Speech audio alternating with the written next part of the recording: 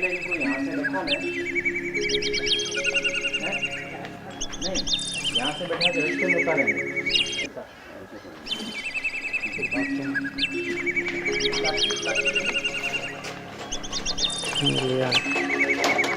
लाठी कहाँ है?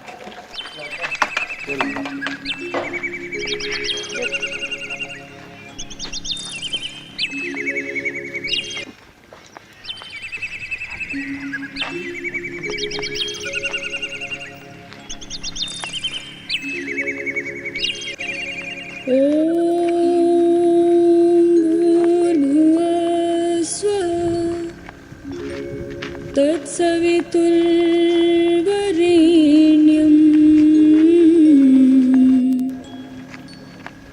भर्गो देवस्य धीमहि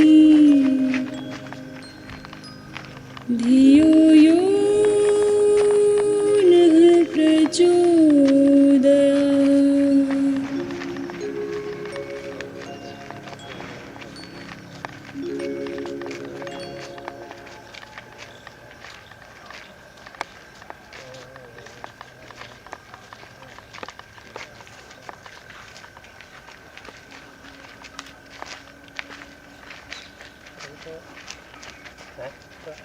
यहाँ तक रास्ता जो है उस रास्ते में चल लेते हैं। हाँ हाँ तो कहाँ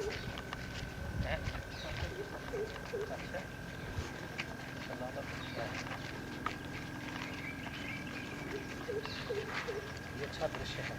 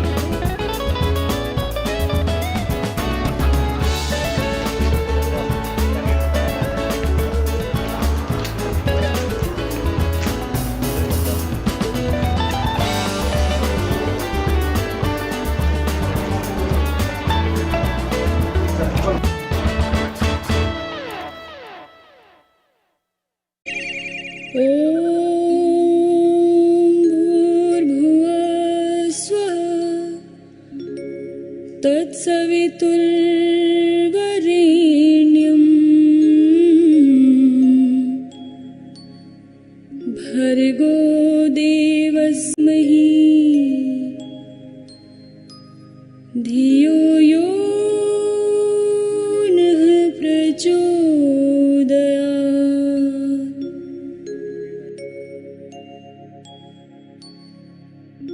सम्मान के योग्य भद्र पुरुषों, मातृशक्ति, बड़े हर्ष का विषय है कि आज हम आपके समक्ष पूज्य स्वामी सत्यपति जी परिव्राजक को उपस्थित कर रहे हैं। पूज्य स्वामी जी महाराज पिछले 50 वर्षों से देश और विदेश के अंदर वैदिक धर्म, वैदिक संस्कृति, वैदिक सभ्यता, वैदिक आचार विचार, वैदिक शिक्षा का प्रचार प्रसार करते रहे हैं। पिछले 4-5 वर्ष से रुग्ण हो गए थे, अब उनके स्वास्थ्य में अच्छा सुधार हो रहा है और आपको जान करके प्रसन्नता होगी। अब स्वामी जी स्वयं अपने नैतिक कार्यों को कर लेते हैं, स्वयं उठते हैं, वस्त्र पहनते हैं, बाहर भ्रमण भी करते हैं, शौचालय आदि में चले जाते हैं, सारे की आवश्यकता नहीं है। ये बहुत आनंद की बात है। अब तो स्वामी जी की वाणी में वही निखार आ गया है। स्वामी जी महाराज प्रवचन भी करते हैं और साथ साथ में स्वाध्याय भी करते हैं, अनेक बार इनको देखा गया है। तो हम प्रार्थना करते हैं ईश्वर से कि स्वामी जी शीघ्र स्वस्थ हो जाएं और जैसे पूर्व प्रचार करते थे ऐसे ही योग विद्या का, वेद विद्या का, अध्यात्म देश और विदेश में प्रचार प्रसार करें। इसी भावना के साथ मैं स्वामी जी महाराज से ये प्रार्थना करता हूँ कि देश और विदेश में रहने वाले अपने प्रशंसकों को, शिष्यों को कुछ उपदेश प्रदान करेंगे जिससे उनको उत्साह मिले और प्रेरणा मिले। पूज्य स्वामी सत्यपति जी महाराज।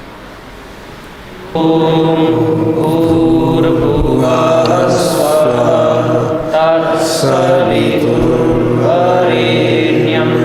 भर्गो देवस्य धीमहि धियो यो न प्रचोदयात्।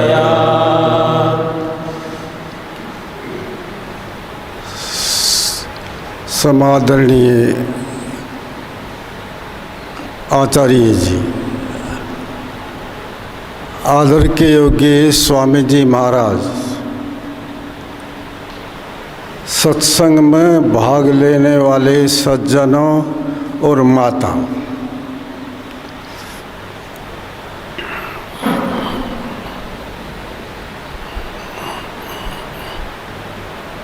आपके समक्ष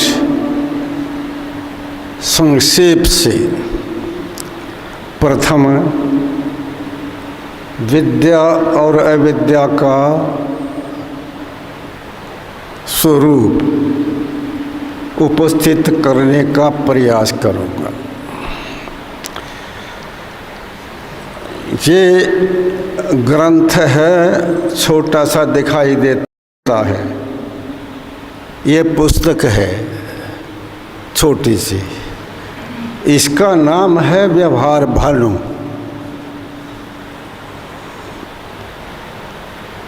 व्यवहार वर्ताव अपना, भानु सूर्य, ये व्यवहार का सूर्य है। इतनी छोटी पुस्तक, अपने जीवन को व्यवहार में उपस्थित करने के लिए, व्यवहारिक यदि जीवन चाहते हैं तो इसको आप पढ़ें। व्यवहार का सूर्य है ये, व्यवहार भानु, व्यवहार का सूर्य। इस ग्रंथ में संक्षेप से नीचे से लेकर के ऊपर तक का विवरण, व्याख्यान मानव जीवन का दे दिया है। दो विभाग बनते हैं हमारे जीवन के विचारधारा के, एक व्यवहार और एक मोक्ष, मुक्ति। इसके व्यवहार से हम व्यवहार को जान जाते हैं और मोक्ष का हम उसको साधन बना सकते हैं। इसलिए संक्षेप से इस पुस्तक ग्रंथ ये महर्षि दयानंद सरस्वती जी का बनाया हुआ है। संक्षेप से इसने इस पुस्तक में किया गया कि जिससे पदार्थ का स्वरूप ठीक ठीक जाना जाए और उससे अपना और दूसरों का भला कर सके, उसका नाम है विद्या।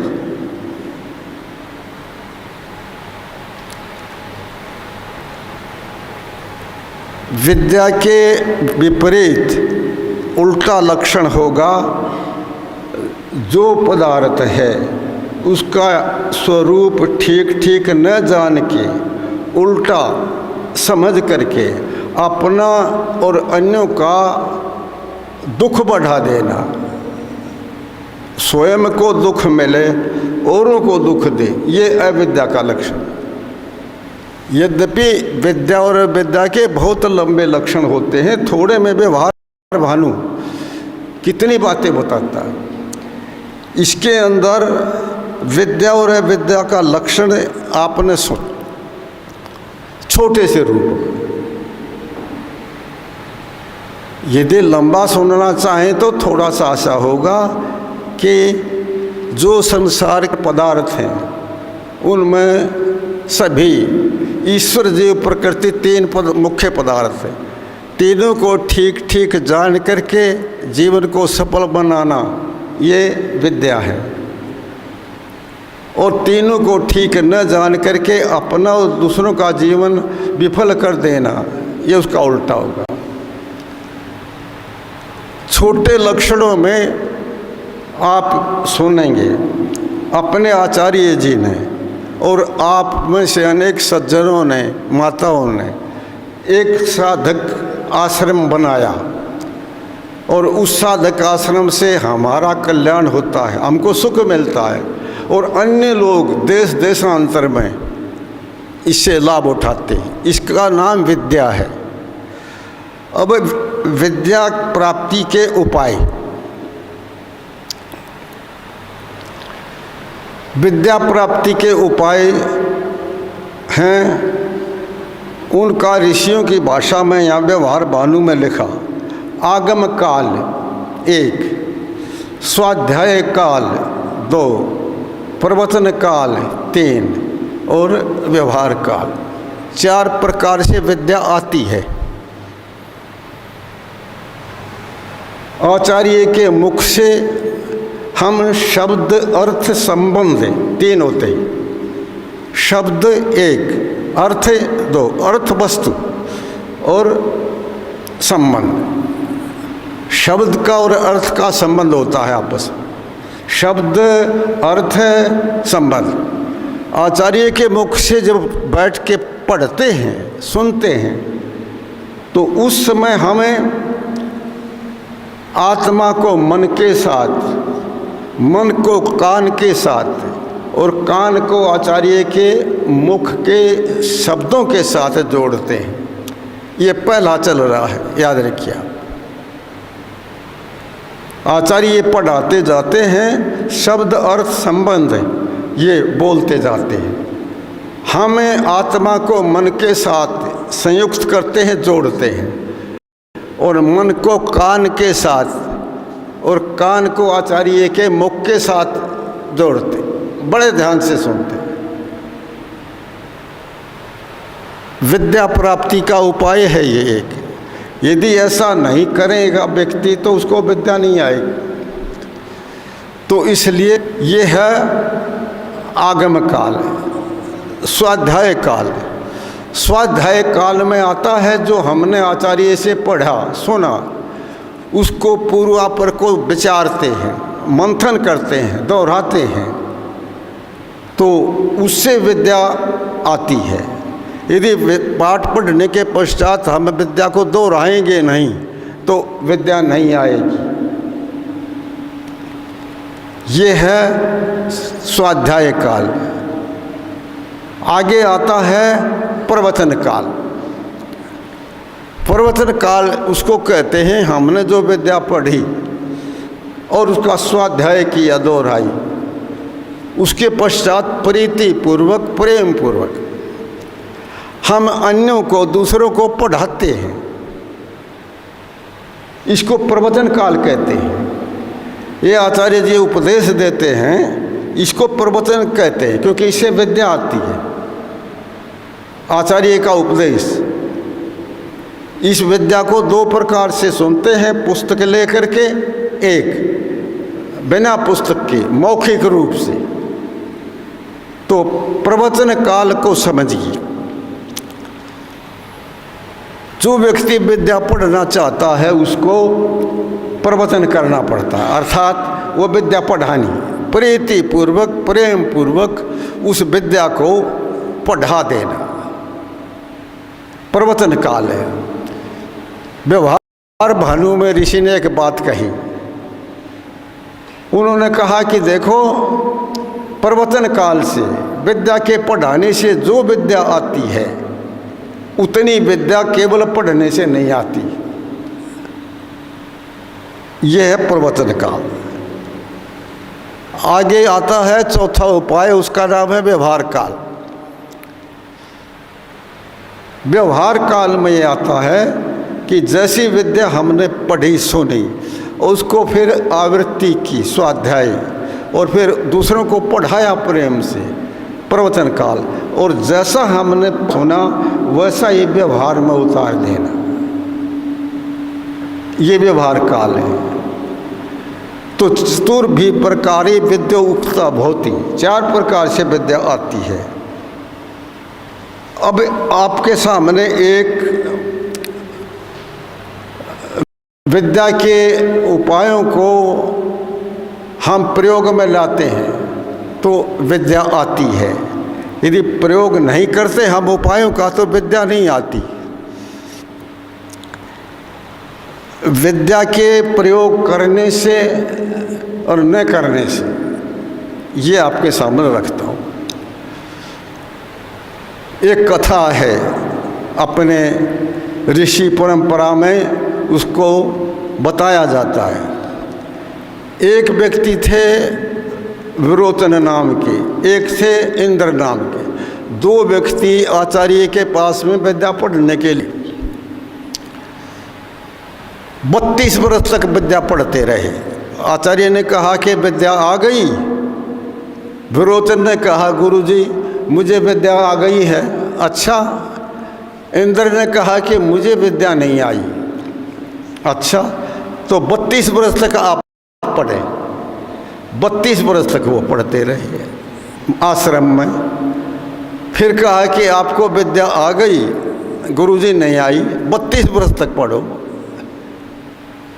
तो 3 32 कितने हो गए देख लो। फिर कहा कि आपको विद्या आई, गुरुजी मुझे विद्या नहीं आई। तो अच्छा 5 वर्ष तक और पढ़ो। कितने हो गए? 101 वर्ष विद्या पढ़ी श्रद्धा पूर्वक, ब्रह्मचर्य पालन पूर्वक। इंद्र को जब विद्या आई, विरोचन ने 32 वर्ष पढ़ते ही कह दिया था मुझे विद्या आई। विरोचन ज्यों कहते रह गए, कुछ विद्या नहीं आई विरोचन को। और इंद्र को विद्या आई जिसमें 101 वर्ष तक पढ़ी। ये विद्या के उपायों का प्रयोग करने से विद्या आती है, नहीं तो नहीं आती। इसके अंदर एक बात जानने की है। अपने आश्रम में दर्शनों को पढ़ाया जाता है, योग सिखाया जाता है। ये वही विद्या है, प्राचीन काल से चली आई। अपने आचार्य जी ने व्यवस्था की है। 4 दर्शन आप में से पढ़े हुए होंगे, माताएं में भी होंगी, हमने सुना है। 4 दर्शन पढ़ चुके हैं। दर्शन शास्त्र याद रखिए। जैसे भारतवर्ष के अंदर पढ़ाए 6 दर्शनों की चलती है, वैदिक शास्त्र, ऐसी विद्या मेरी दृष्टि में कहीं भूगोल में नहीं मिलेगी। 6 दर्शनों की विद्या। तो विरोचन को तो कुछ नहीं आया और इंद्र बन गए विद्वान। दर्शनकार कपिलाचार्य, सांख्य दर्शन के बनाने वाले कपिलाचार्य हैं। उसने सूत्र बनाया, न श्रवण मात्रात कृत कृत्यता परामर्शादनीते विरोचनवत। श्रवण मात्र से विद्या नहीं आ जाती। श्रवण मात्र जैसे विरोचन को नहीं आई। आगे सूत्र बना दृष्टते और इंद्र से। इंद्र ने कर्तव्यों का पालन किया तो उन कर्तव्यों के पालन करने से विद्या आई और नहीं करने से नहीं आई। अब आप ध्यान देंगे, आजकल भौतिक विज्ञान को तो विज्ञान मान लिया जाता है, परंतु इन दर्शनों के विज्ञान को विज्ञान मानने के लिए नहीं है।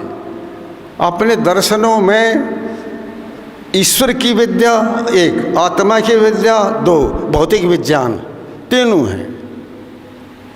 तीनों विद्याएं हमारे यहाँ हैं, किंतु तीनों विद्याएं मेरी दृष्टि में और कहीं नहीं मिलेंगी इस रूप में। संतुलित उचित ईश्वर का स्वरूप क्या, सब आत्मा का स्वरूप क्या, सत्वरजतम प्रकृति का स्वरूप क्या, सभी विद्याएं। एक दृष्टांत देता हूँ, आपको समझ में आ जाएगा। संसार के अंदर 2 प्रकार के पदार्थ हैं। संसार के अंदर एक जड़ पदार्थ और दूसरे चेतन पदार्थ। ये ग्रंथ है, ये जड़ पदार्थ है। ये मेज है, ये जड़ पदार्थ है। आचार्य जी, मैं और आप, हम चेतन पदार्थ हैं। जीवात्मा चेतन पदार्थ है और ईश्वर चेतन पदार्थ है। सत्वरजतम भौतिक जितना रह गया वो जड़ पदार्थ है, अर्थात जिसमें ज्ञान रहता है, अनुभव करता है, वो चेतन पदार्थ है। जिसमें ज्ञान नहीं है, ज्ञान से शून्य है, वो जड़ पदार्थ। ऋषि ऐसा मानते हैं, ऋषियों की परिभाषा में ही आया। और भौतिक वैज्ञानिक क्या कहते हैं, याद रखिए, वो ये कहते हैं जड़ पदार्थ को चेतन बना दिया जाता है और चेतन को जड़ बना दिया जाता है। ये विद्या है इनकी, समझ लीजिए आप। चेतन पदार्थ और जड़ पदार्थ दो तरह के पदार्थ हैं। जो व्यक्ति जड़ और चेतन को नहीं जानता वो विद्वान नहीं है, नहीं हो सकता। अब आप ध्यान देंगे, थोड़ा सा सूक्ष्मता की ओर चलिए। ये ग्रंथ है, पुस्तक है, अथवा ये मेज है, ये जड़ पदार्थ है। इसको चेतन कोई नहीं बना सकता, किसी की शक्ति नहीं इसको चेतन बनाते। और मुझे आचार्य जी को, आपको चेतन को जड़ नहीं बना सकते। जड़ जड़ ही रहेगा, चेतन चेतन ही रहे। भौतिक विज्ञान की बात मैंने सुनाई। अब आप इन भौतिक वैज्ञानिकों की मान्यता और ऋषियों की मान्यता, ये ऋषियों के विरुद्ध है। ऋषियों के जो बात विरुद्ध हो उसको न मानना, और जो हो उसको मानना। महर्षि दयानंद सरस्वती जी ने बात कही। आदि सृष्टि से लेकर के स्वामी जी ने कहा कि जैमिनी ऋषि महाभारत काल में आए, उस समय के लाखों क्या करोड़ों लिखा है, इतने ऋषि महर्षि हुए।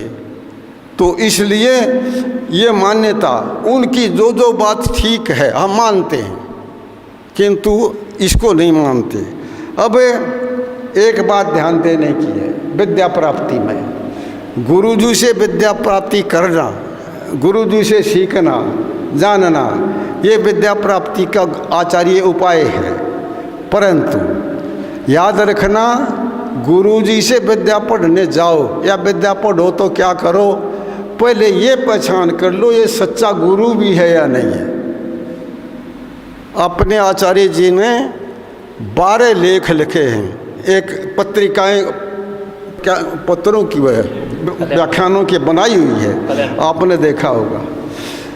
तो 12 लेख लिखे आचार्य जी ने।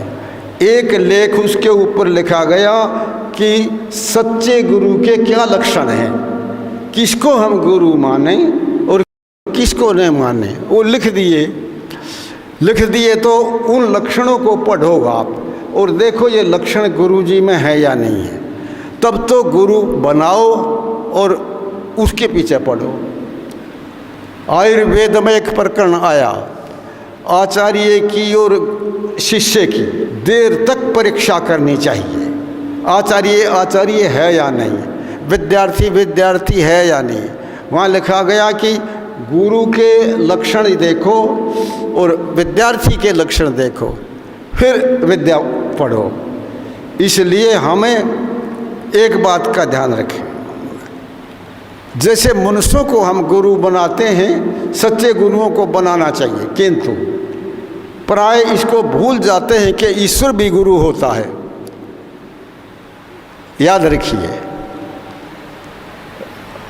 ये जितने हमारे गुरु हैं परंपरा में आए, आज हैं, पहले थे, किंतु सभी गुरुओं का गुरु ईश्वर है, सभी आचार्यों का आचार्य ईश्वर है।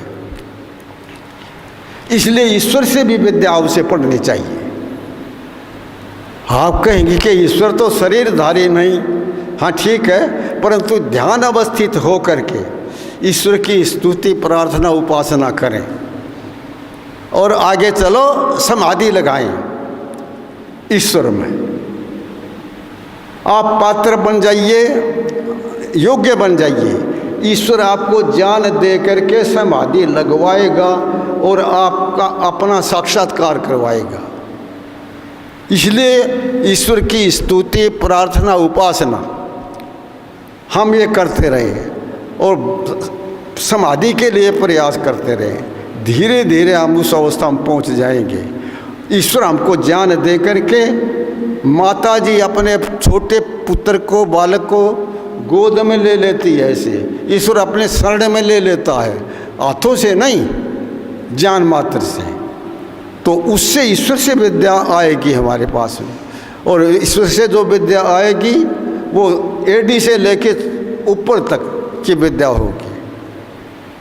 इसलिए विद्या का स्वरूप और अविद्या का स्वरूप, विद्या प्राप्ति के उपाय आपने 4 सुने, फिर संकेत किया कि 4 तो ये हैं, बता देना था। हो गया, बोलते रहे स्वामी जी।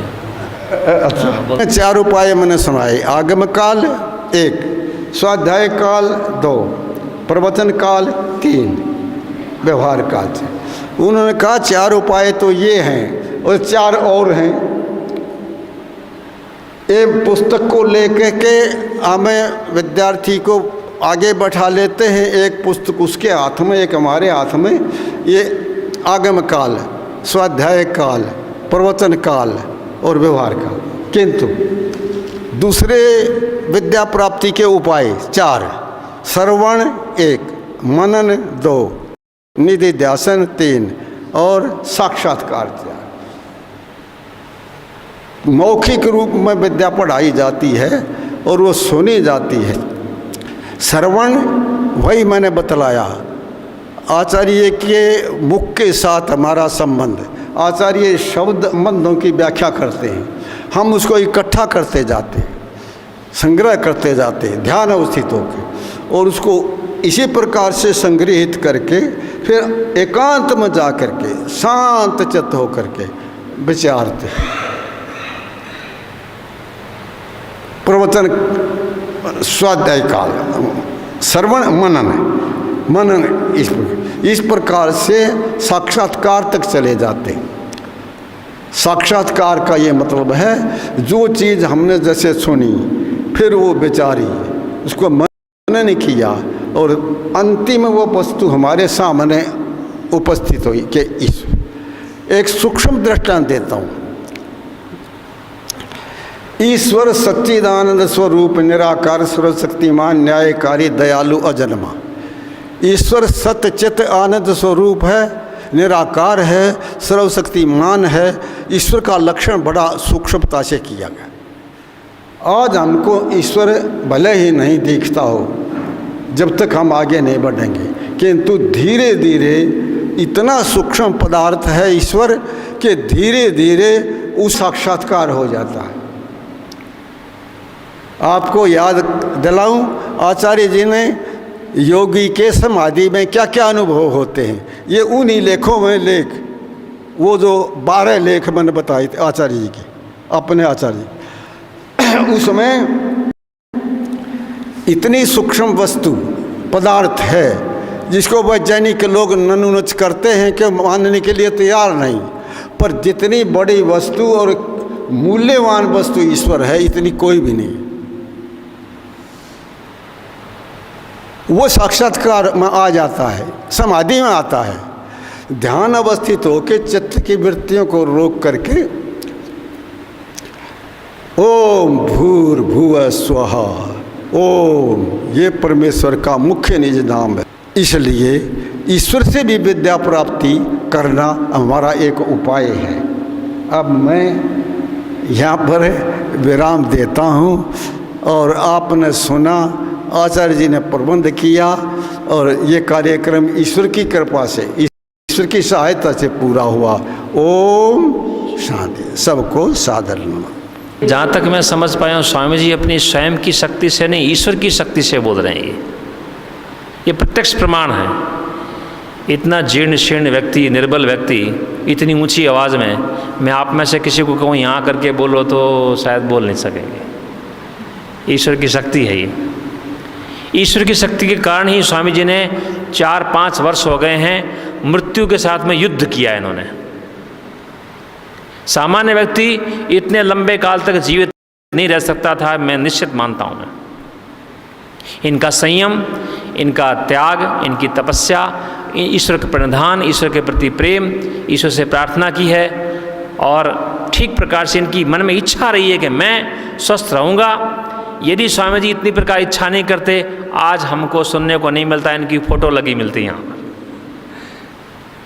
इसलिए हम स्वामी जी महाराज के बहुत अनुग्रहित हैं, उनका धन्यवाद करते हैं कि आपने अपने शरीर को बचाए रखा है, स्वस्थ किया है, ये आपको कितना लाभ होगा इसका तो पता नहीं, हमको तो खूब लाभ होगा, संसार को लाभ होगा, बहुत लाभ होगा। हम चाहते हैं स्वामी जी ठीक शीघ्र हो जाएं, और दिल्ली वाले स्वामी जी महाराज को बुला रहे हैं कि आओ यहाँ पर प्रचार करने के लिए, अहमदाबाद वाले बुला रहे हैं, जगह जगह लोग स्वामी जी को बुला रहे हैं। तो हम ईश्वर से प्रार्थना करते हैं स्वामी जी और जल्दी शीघ्र ठीक हो जाएं, ताकि हम स्वामी जी को फिर प्रचार के लिए देश विदेश के अंदर ले जाएं और वैदिक धर्म का प्रचार प्रसार हो। इतना करके विराम देते हैं। ओम शम। ओम द्यौः शान्तिरन्तरिक्षं शान्तिः पृथिवी शान्तिरापः शान्तिरोषधयः शान्तिः वनस्पतयः शान्तिर्विश्वे देवाः शान्तिर्ब्रह्म शान्तिः सर्वं शान्तिः शान्तिरेव शान्तिः सामा शान्तिरेधि। ओम शान्तिः शान्तिः शान्तिः। सर्वेभ्यो नमः। सबको सादर नमस्ते। हटा ठीक है। हम जीव आत्मा अकेले कुछ नहीं कर पाते, ईश्वर के सहायता से या ईश्वर के दिए साधनों के साथ। जी जी। ओ